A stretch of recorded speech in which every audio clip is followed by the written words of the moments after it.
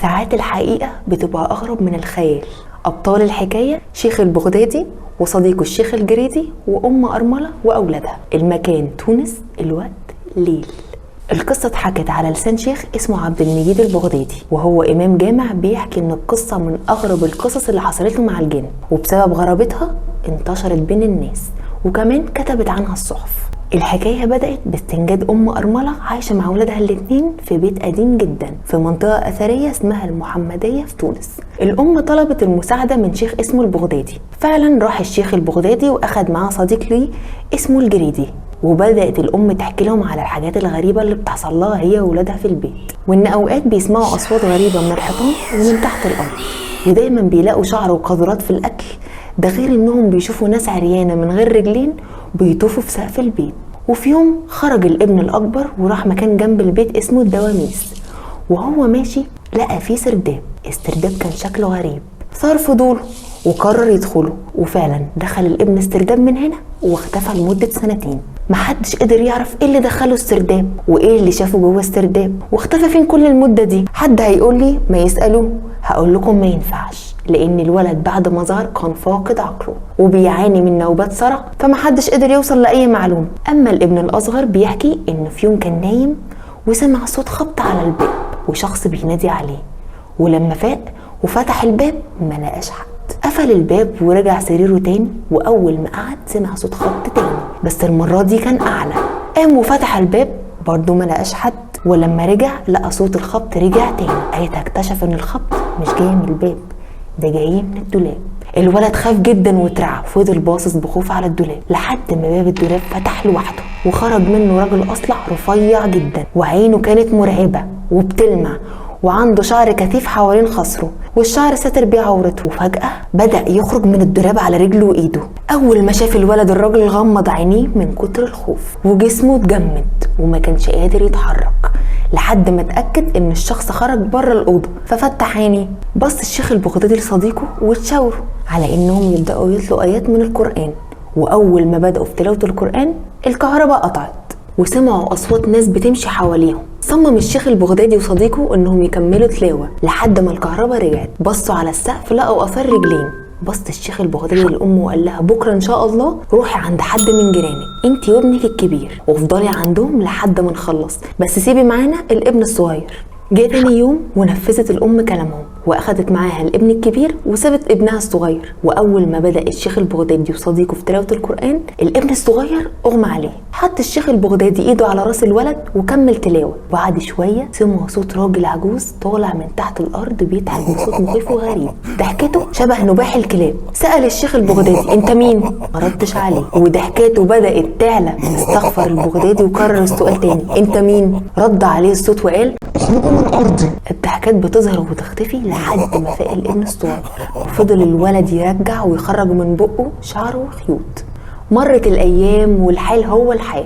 الشيخ وصديقه بيجوا البيت يتلوا القرآن، وكل مرة سلسلة من الاحداث المرعبة اللي ما بتتقطعش. الشيخ بيكمل الحكاية وبيقول في يوم كانوا بيتلوا القرآن ومعاهم الولد الصغير. الأم دخلت عليهم واستأذنت تدخل الحمام، والحمام كان موجود في آخر ركن في البيت، يعني محدش ينفع يدخل أو يخرج منه غير لما يعدي عليهم الأول. المهم وقفوا القرآن لحد ما تخرج من الحمام عشان ما تسمعش كلام ربنا الطاهر في مكان نجس. بعد شوية سمعوا الباب بيخبط. فتح الشيخ البغدادي الباب ولقى قدامه الأم. وفي يوم روح الشيخ البغدادي البيت بعد جلسة من جلساته، نام وحلم حلم غريب. حلم بسرداب ضيق وضلمة زي القبر بالظبط. السرداب مكانه جنب بيت الأم، ولما سأل الأم تاني يوم عنه قالت له ده سرداب في أرض الدواميس، وهو نفس السرداب اللي دخله ابنها الكبير وخرج منه فاقد عقله. فقرر الشيخ البغدادي انه يدخله هو وصديقه يمكن يلاقوا اي حاجة تساعده. وفعلا تاني يوم بعد صلاة الفجر ودتهم الأم لأرض الدواميس وشاورت لهم على السرداب، وبعدين طلب منها الشيخ البغدادي انها ترجع البيت. دخل الشيخ البغدادي السرداب وورا صديقه الشيخ الجريدي وماسك الكشاف في ايده. السرداب كان ضيق وضلمه وكانوا موطين عشان يقدروا يمشوا فيه. فضلوا يمشوا فيه لحد ما لمحوا نور جاي من اخر السرداب. فضلوا ماشيين في اتجاه النور، ولما خرجوا الجانب التاني من السرداب لقوا الدنيا بقت ليل، رغم انهم دخلوا السرداب بعد الفجر ومشوا فيه حوالي 10 دقايق بس. ولو بتخافوا ما تكملوش الحلقة. خرجوا من السرداب، بصوا وراهم على المخرج لقوا الرمال غطته. حاول الشيخ الجريدي يحفر عشان يرجعوا تاني، فشل، وكأن السرداب اللي خرجوا منه ما كانش ليه وجود اصلا. وساعتها خمنوا ان اللي عمل كده كان الجن، وان السرداب مدخل من مداخل عالم الجن. ولقوا نفسهم في صحراء والرمال حواليهم من كل مكان، ولمحوا بيوت معمولة من طين وخارج منها نار. ولما حاولوا يقربوا منها البيوت تبعد لحد ما تعبوا من كتر المشي. واول ما استغفروا البيوت وقفت مكانها، ولقوا نفسهم قربوا من البيوت وبدأوا يسمعوا أصوات عالية جدا، أصوات طبول ومزامير وغنى بأصوات شبه أصوات الحيوانات. ولما وصلوا لقوا ناس عريانة بتلف حوالين النار وبيرقصوا بشكل مرعب. خمن الشيوخ إنهم جن مش إنس.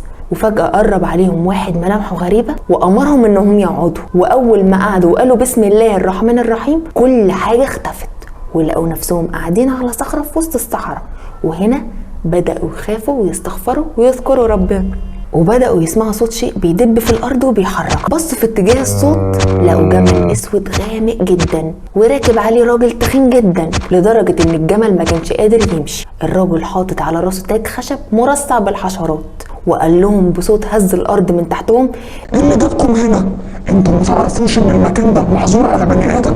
رد عليه الشيخ البغدادي وحكى له قصة البيت والأم وولادها. وبعد ما سمع الجن قصتهم رد عليهم: مالكوش دعوة بيهم، ابنهم عليه طار لانه جه هنا واذى حد مننا، ده غير ان بيتهم ملك لنا من قبلهم. وحذرهم انهم يرجعوا على اللي بيعملوه وملهمش دعوة بأي حاجة. رد عليه الشيخ وقال له: احنا هنرجع ازاي والمدخل اللي جينا منه اختفى؟ قال لهم: ارجعوا هتلاقوه وما تبصوش وراكم. وفعلا اتحركوا في اتجاه السرداب، لقوا كلب براس انسان بيحفر في الارض لحد ما ظهر المخرج. الشيخ البغدادي دخل وورا الشيخ الجريدي، وخلاص كانوا قربوا يوصلوا. فجأة سمع الشيخ البغدادي صوت الشيخ الجريدي بينادي على مامته، وبعدين سمع صوت صريخ الشيخ الجريدي.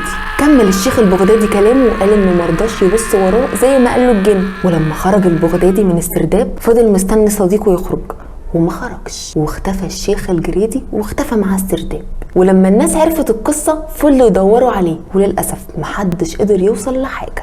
ومرت الأيام وهدموا سكان المنطقة بيت الأم وبنوا مكانه مسجد سموه جامع محمد الجريدي. ونقلت الأم من البيت هي وولادها وراحوا بيت تاني يعيشوا فيه. بعد كام شهر من الحادثة القصة انتهت بموت الشيخ عبد المجيد البغدادي، ولقوا جثته كأن النمل بياكل راسه وأطرافه مخلوعة من جسمه. من رأيي إن الشيخ الجريدي اختفى عشان بص وراه بالرغم من تحذير الجن ليهم، وإنهم برضو السبب في موت الشيخ البغدادي انتقاما منه عشان هدوا البيت. وبكده تكون خلصت حلقة النهاردة. لو عجبك محتوى الحلقة ما تنساش تعمل لايك وشير وسبسكرايب، واعمل منشن لصاحبك اللي بيخاف من الحلقات الرعب.